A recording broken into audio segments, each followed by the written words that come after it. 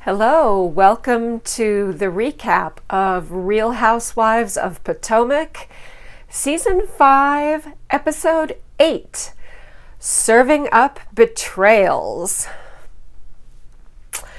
Okay, we know that social media has exploded over Michael Darby. It's been all over the place. Everyone, across the country and around the world is getting these pictures, these posts, these texts. All the ladies in the cast are getting a whole bunch of messages, and you can imagine how many poor Ashley is having to deal with. Okay, so that is the kind of the background of the start of this episode. Although it's going to end with an entirely different drama. All right. Candiace is recording music. Now, in a surprising twist for reality television, she does not need auto-tune. She has a perfectly lovely voice. So that's refreshing between the Countess and, Soulja Boy and Benjamin and 90 Days. Yeah, it's refreshing to have someone on a show who is recording a nice song with her own voice. Yay. Slow claps for Candiace. I'm not always a fan of Candiace, but she is talented. Okay, she's singing a love song that she wrote for Chris, which is very sweet. She wrote a version that was more kind of like a slightly up-tempo ballad, and now she has a version of the song that's done in what's called go-go, which is a type of kind of R&B / urban music that's specific to Washington, D.C. And when you hear her song, you're going to recognize some other songs that have that backbeat. And like she says, with the congas and the cowbells, and it's very special. But it is from D.C. It is something that's kind of unique to D.C. that is spread to other areas in pop music. So that's kind of cool. She has a big-time producer who's worked with a lot of, hip-hop heavyweights, so that's exciting. She says that she is done with Monique. There is no relationship for the time being. She says she's been a good friend to Monique. Yeah, we'll come back to that later.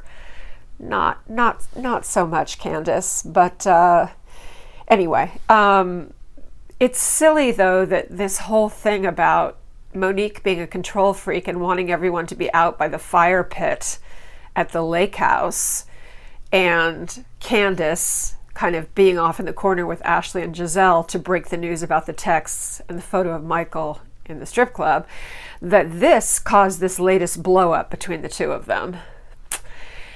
Yeah, it seems really unnecessary.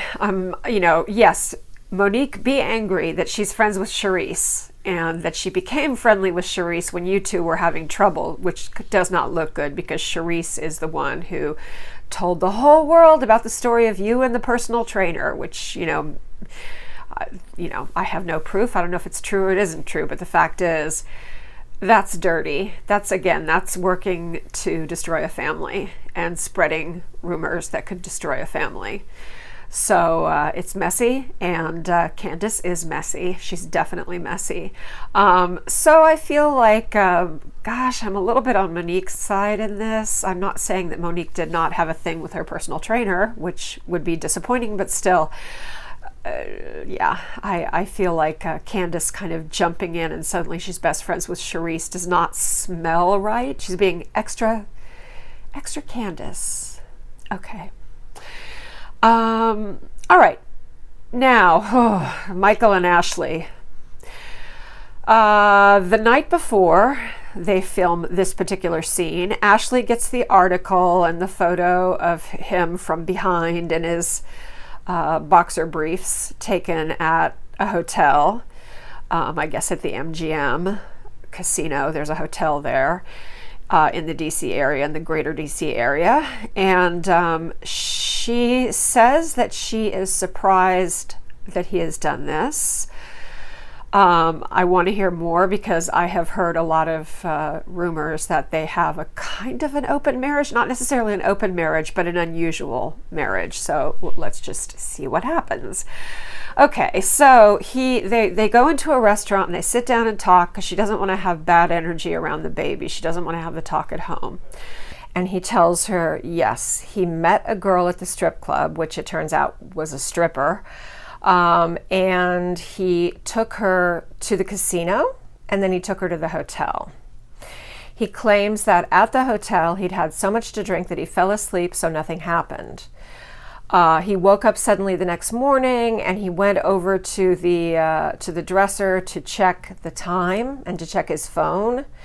And when he did that, she kind of furtively apparently pulled out her phone and took the photo of him from behind, where you could kind of also, I think, see part of his face in the mirror. So it was obviously Michael Darby. And then she used that opportunity to sell that picture to social media or to the tabloids or whatever. It ended up going everywhere. Okay, he fell asleep and nothing happened. I don't know if I believe him. He's not a credible person to me. So, and here's the thing. What surprises me about the whole situation is I assumed for some reason when we first heard about all this and saw it all kind of unfold with the text coming in at Monique's lake house, I assumed that it was a woman at the strip club. It may sound funny to you, but I would imagine, I don't know why, but I would imagine this is probably a more upscale strip club. And at upscale strip clubs in South Florida, these are really pretty nice places with good security. There's lots of men in suits standing around, so nothing weird is going to happen. They have, lovely cocktails and a wine list, and they have usually amazing DJs. They have fantastic music, and the girls are it's like watching the Shanghai acrobats. I mean, they're incredible. They have these 2-story poles, and what they can do impresses the hell out of me because I could never even climb the rope in high school. And what they do is really impressive, and they do it in 7-inch heels. So, wow. Anyway, so I guess you can tell from this description that, yes, occasionally my husband and I do go to one in particular, one of these, the nicest one, actually the best one in Southeast Florida. And the funny thing is, I had never been to one in my life. 2 years ago, we went to a concert, and then we had an amazing time. We were all kind of buzzing from the concert. And then after the concert, we went with some friends to kind of an Irish pub that was next door. That's a really fun place. And I ended up having a couple shots of tequila. And as is always true, tequila has an effect on me. Man, shots of Patron have an effect on me like no other type of alcohol. And at that point, we went our separate ways. The couple went home and we were going to go home. But again, I was completely buzzing. I was just woo. I mean, I was, I don't get out of control. I don't slur my speech. I don't stumble, but, I was definitely feeling on top of the world. And so I said on the way home, because we were going to pass right by this place, I said, let's go to this cabaret. And, that was a couple years ago, so I was 56. So I had never been to a strip club until I was 56 years old. Now, wait, let me clarify that. I had been to male strip clubs and male reviews for bachelor parties lots of times.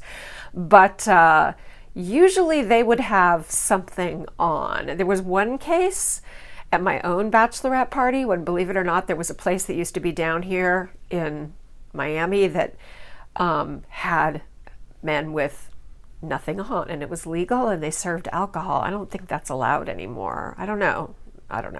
Anyway, so it was actually a little bit, I mean, I was young. I was like 24 years old, and I was like, frankly, some of those men frightened me. And of course, my friends are trying to call the guys over to the table, and I'm like, yeah, thanks. Yeah. Anyway, but the fact is, when you go to these cabarets, to these gentlemen's clubs, you will see lots of couples. I've been in there when it's mostly couples or groups of friends with men and women. And sometimes ladies will go in because the drinks are good and the prices are good, and usually ladies get in for free. And again, the music is fantastic. There's lots of men. I mean, it sounds like a really odd place to meet a guy. Yeah, we met at a strip club.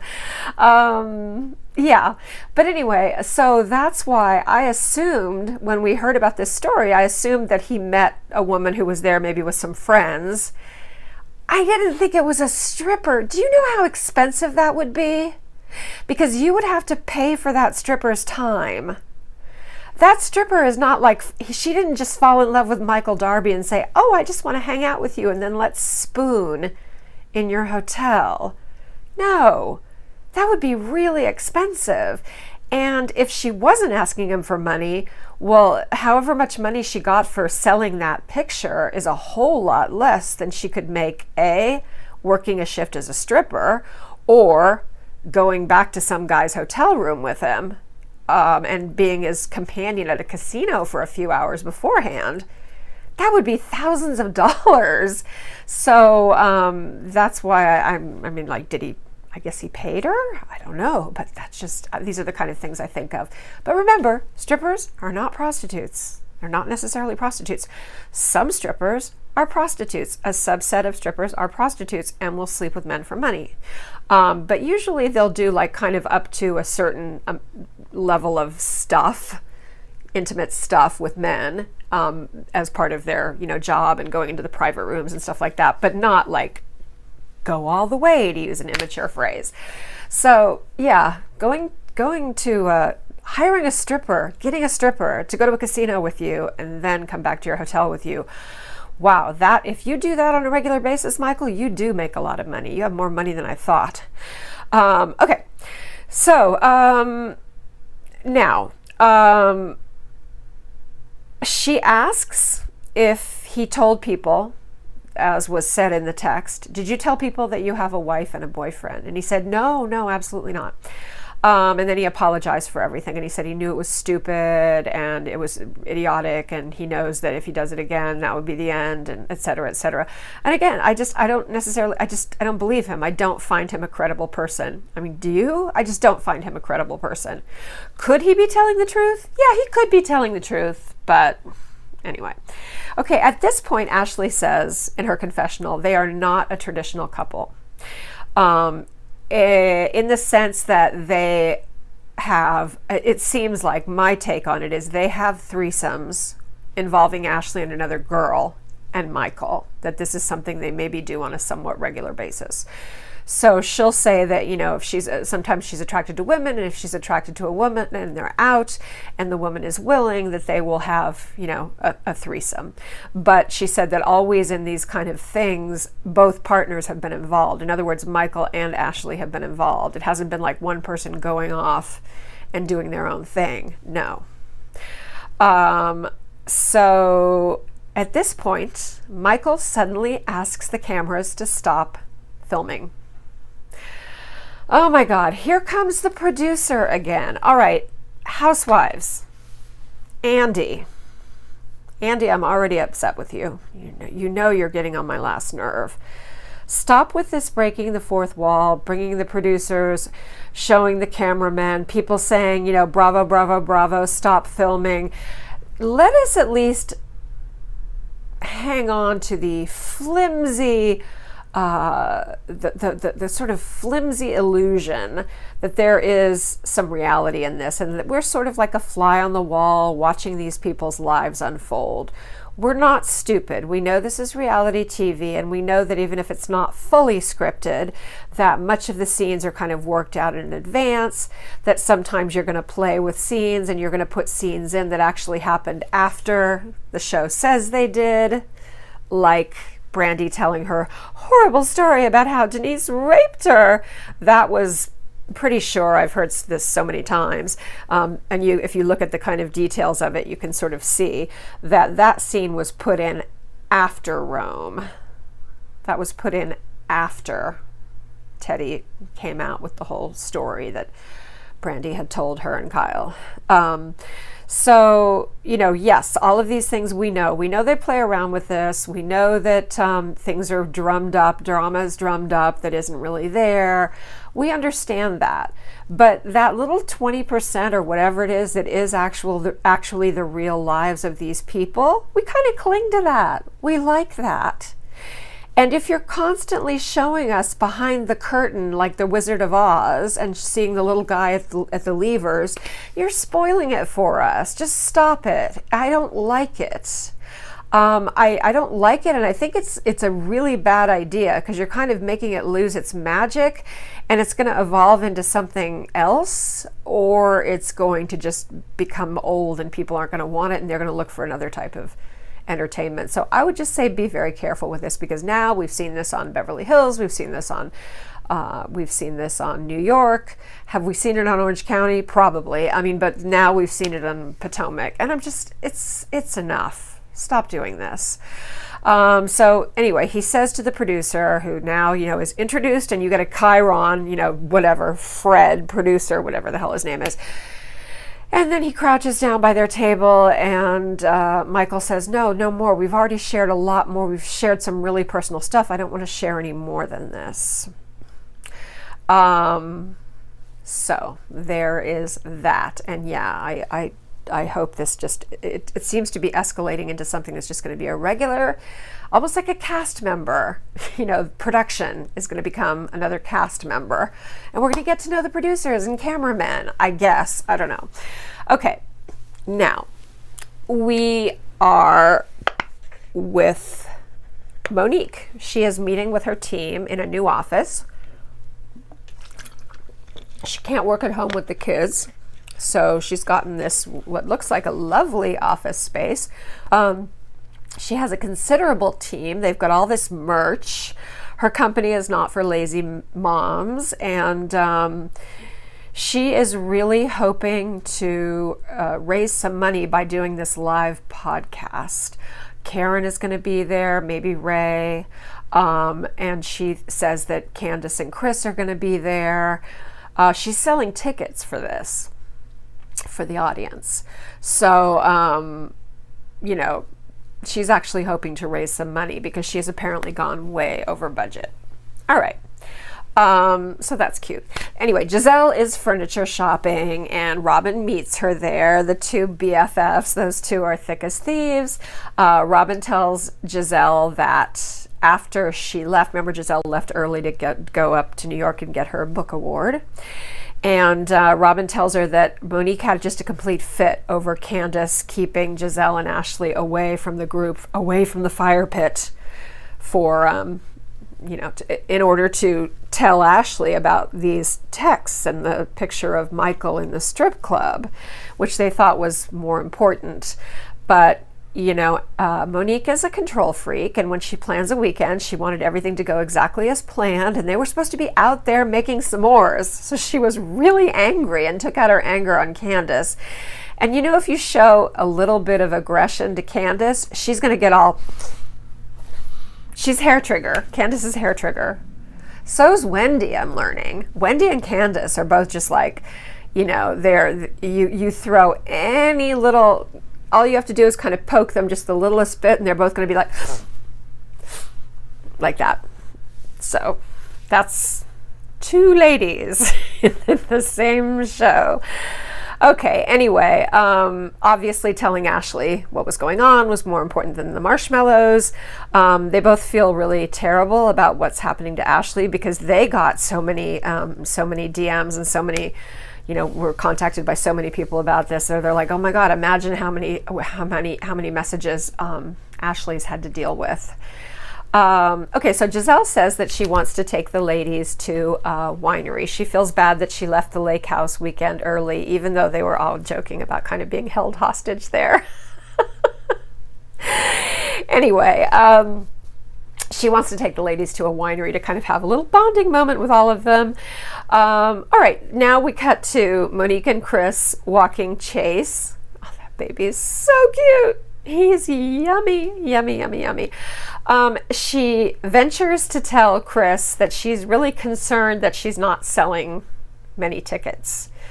I mean, she has like hundreds of tickets to sell, and she sold like 20. And remember, she's looking to raise money from this podcast.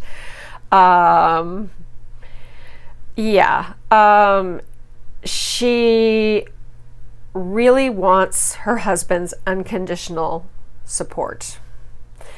But he is, he's very practical. He's like, yeah, they have tons of money, but if he's going to fund her starting a business, he wants a return from it. He doesn't want it to just be something where she's throwing so much money in that she can't possibly recoup what she spent, let alone make a profit. And did I say that she's spent $200,000 already? It's a lot. Okay, she says that Candiace is not coming to take part in the podcast. Now Monique has to reprint the flyers because she already had the flyers printed up, and the glossy cards printed up with Karen and Candiace and the other featured speakers, and now she has to redo them because Candiace is not coming. One of the reasons why Candiace and Monique are having all of this tension now too is also because Candiace is just so hurt that when she went to leave the lake house, Chris said goodbye, but Monique was asleep on the sofa, and she believes that Monique was pretending to be asleep just to disrespect her. Probably, because honestly, when you fall asleep, even if you're really, really tired, haven't we all done that? Haven't we all pretended to be asleep to get out of dealing with somebody? I know I have. Not lately, but yeah. So I think Monique probably was faking being asleep so she could just not have to say goodbye to her. Anyway, but that really bothers Candiace. She feels really disrespected about that. And so that's another thing that's just adding fuel to the fire. And, they weren't in great terms anyway. So this is just getting worse and worse and worse. Okay, but I mean, the problem is Chris and Chris are really good friends, and hopefully that won't change no matter what mess, Monique and Candiace are in. Hopefully it won't get so bad that it affects Chris and Chris's friendship, because they seem like they're, bros for real. Okay, Robin goes to her parents' house. I've watched every episode of Real Housewives of Potomac. I've watched it from the beginning. I think I'm a super fan, but I'm actually not remembering at this moment if we have met her parents. We probably have at some point in passing, but I don't remember. So it's so cool to meet her parents. They have a lovely home. They seem to live somewhere in suburban Baltimore. And her father is a retired dentist, but his real passion is he's a jazz musician. So he's been getting a lot of gigs now that he's retired. He's really putting his energy into being a jazz musician, which how cool is that? Her mom was a professor, so I love her. So I'm like, oh, I love Robin's parents, but I'm usually kind of team Robin anyway. I've always liked Robin. I don't know, I've always had a soft spot for her. And I'm rooting so much for Robin and Juan. I really want that to work. Okay. Robin doesn't know that Juan is out there, kind of working with Gizelle on designing the ring and, kind of getting everything together for the big proposal. So she tells her parents, we really should get married if we're gonna purchase a house. So we really should get married first, before we purchase this new house. Dad is not so sure, not because he doesn't love Juan, but just because of the cheating, and you know how fathers are, they're very protective of their little girls. Mom, on the other hand, says, well, it's about time. You know, they've been living together as man and wife for years. So it's almost like the divorce was, I don't know how long they were actually apart. I don't know how long of an actual separation there was, but then they sure came back together fast. The mom and dad love Juan. Juan lost both of his parents by the time he was 15. So when they met Juan, they were just like, you're our son now. And they really claimed him as part of the family. And they showed photos of, you know, Robin when she was a teenager, and they showed pictures of the wedding where Juan has a fro and Robin has dark hair, kind of like down to her shoulders. And yeah, it's, you know, she's a really pretty girl. I always feel like the kind of short, you know, haircut doesn't necessarily do her any favors, but she has a beautiful face. That she's beautiful. It's not just the eyes. She's just pretty. Okay, now we go to Ashley and her mom and Ashley's sister, Jessica. Jessica is 14 years old, and she is the child of Ashley's mom and a different father. This is the child of her mother's partner, who she's been with for quite a long time. Okay. So anyway, Jessica, who, like I said, is 14, is going to her homecoming. So they're taking her to this dress store, this kind of, you know, nice upscale store, to find a dress for her homecoming. She's going stag, so she's not going to wear like a gown. She's looking for more like a party dress. So while she's trying things on, and then she goes into the dressing room, Mom and Ashley are kind of alone, well, you know, with the baby for a few minutes, and Mom wastes no time expressing how angry she is at Michael. And she says, you know, baby, there has to be consequences. If he's going to do things like this, there has to be consequences. And Ashley says something that I think is very important. It's very important for all women to be able to say if they're in a situation like this. She says, Mom, I'm not afraid to leave Michael. You know, she left him once before, and she's not afraid to leave him. That's very important. The worst thing in the world is a woman stuck in a relationship because she feels like she has no place else to go. So that's, I guess, encouraging. I mean, it's sad, but it's encouraging. Okay. Now the ladies go to the winery. Well, of course, you know, Gizelle being Gizelle, she's got to kind of be the star of this event, and it's secretly an excuse to celebrate her book award. So, all right. So the ladies gather, and you know, I'm going to have a new expression now that's going to be, oh, hell, Gizelle. Her outfit. Some of these outfits that she puts together. It's like, you know how little girls, when they're like around 7, they first start really wanting to pick their own clothes. And they'll pick things that are kind of like weird or different or sparkly or furry or, you know, just something. And her outfit is really strange. And then she has, which is kind of oddly, it's tongue-in-cheek, maybe it's kind of cute. She has this black ski cap, like a knit cap, and in rhinestones it says Gucci, but Gucci. Now I need to look this up, because is the head designer at Gucci doing this as a joke, or is Gucci actually putting Gucci on certain things, just like to be tongue-in-cheek, or is this a funny hat that is making, you know, kind of like throwing shade at people that are too obsessed with designers and things like that? I don't know, but anyway, the hat's kind of funny. But the rest of it is like, oh, there are a lot of problems with the rest of it. Yeah, I mean, thank God we don't get too much of a good look at it, because I think if we had her just stand facing forward looking at the camera and we saw every detail of the outfit, we'd be going, ooh, oh, hell, Gizelle. She's compassion impaired. And it's so funny because she's probably, arguably, other than Monique, she's probably the most stunning woman. You know, she's just beautiful, beautiful figure, beautiful, you know, just incredible face. She's stunning.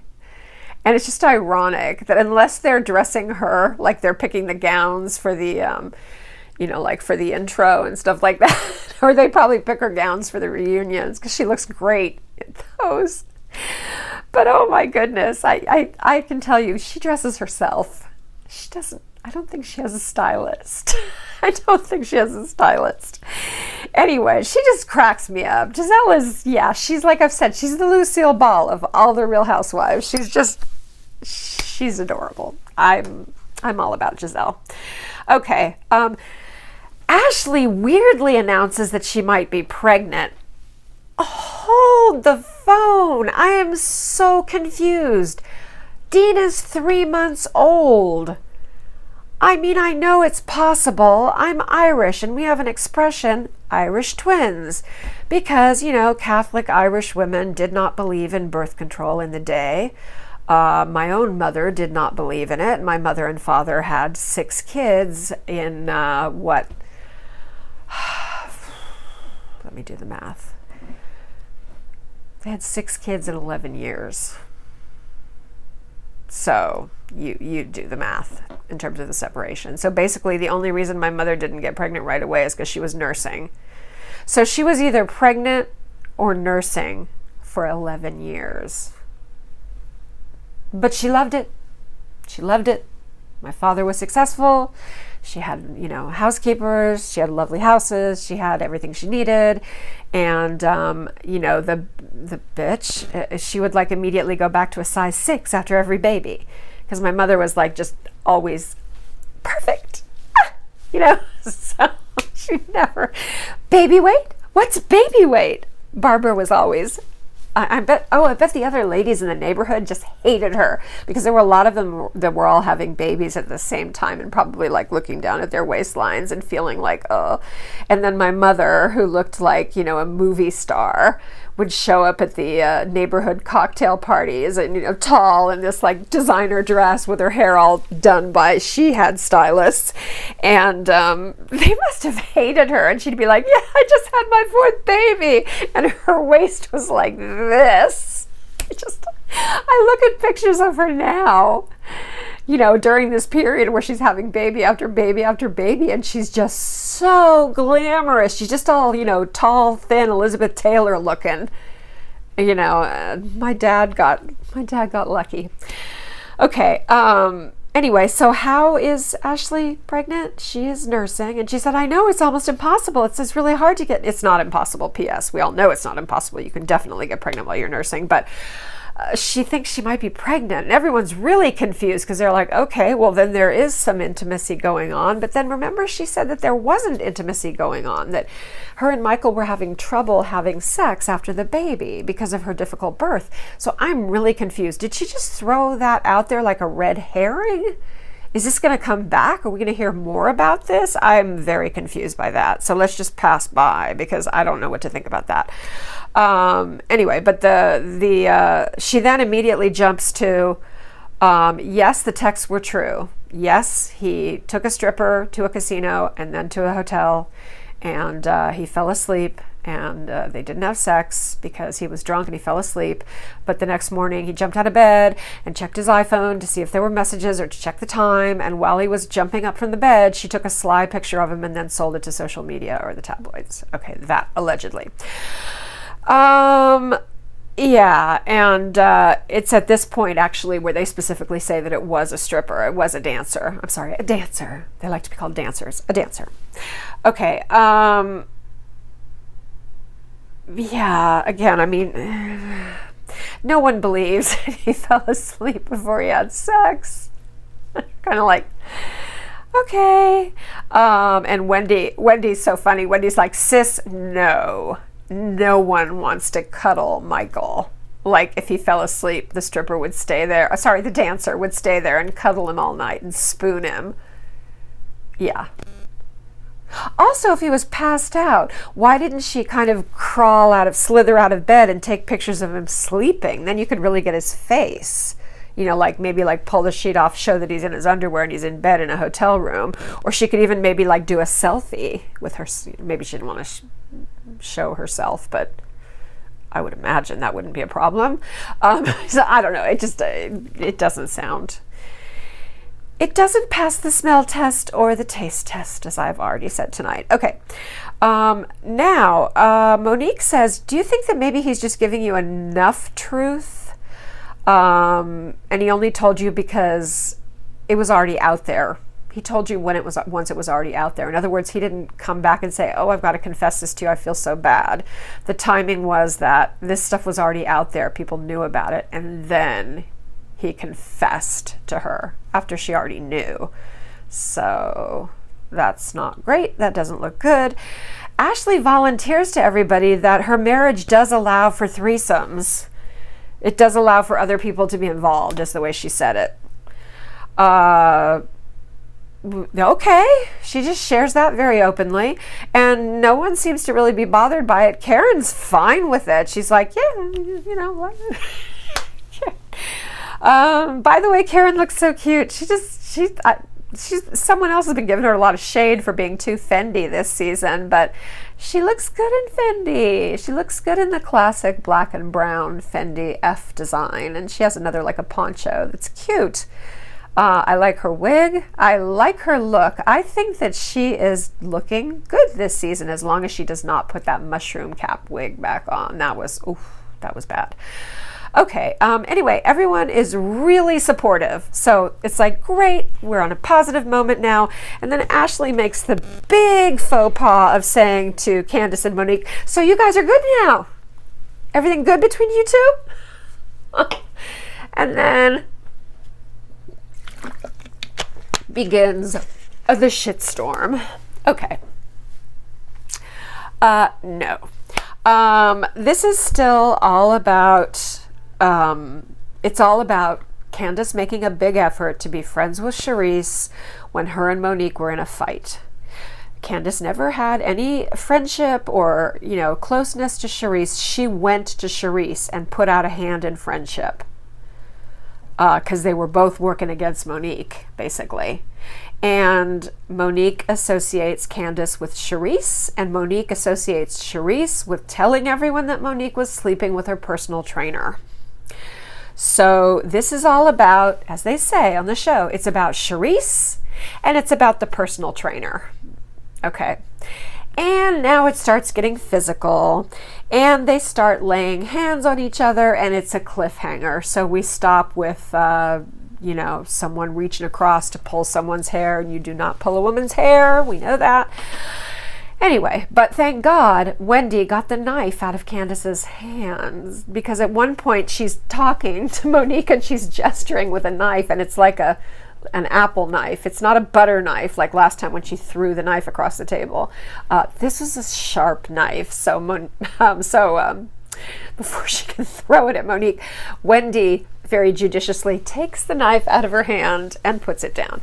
So anyway, let's see what develops from this. But there's just bad blood between those two. There's bad blood, and Candiace is a hothead, and Monique,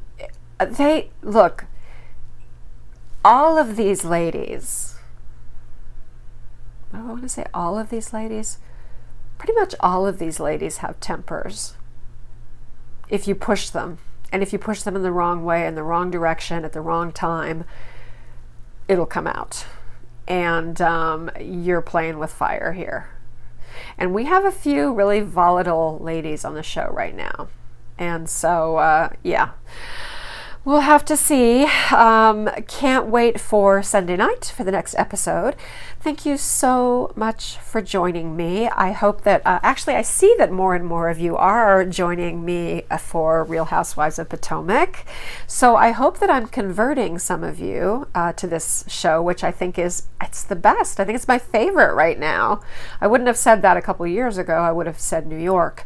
But, I think that now this is really something.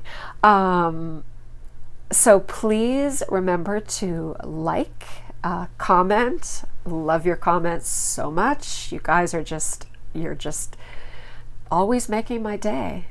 Honestly, at least, a couple times a day, I'll just read a particular comment and just be like, oh, you guys, my shady tribe. You're making me very happy. So yes, if you want to do me a really, really huge favor that I would be really grateful for, you can push that red subscribe button, and you can ring the bell if you would like to be notified when I'm uploading new content. I would love to have you join us. I would love to have you join us on a regular basis.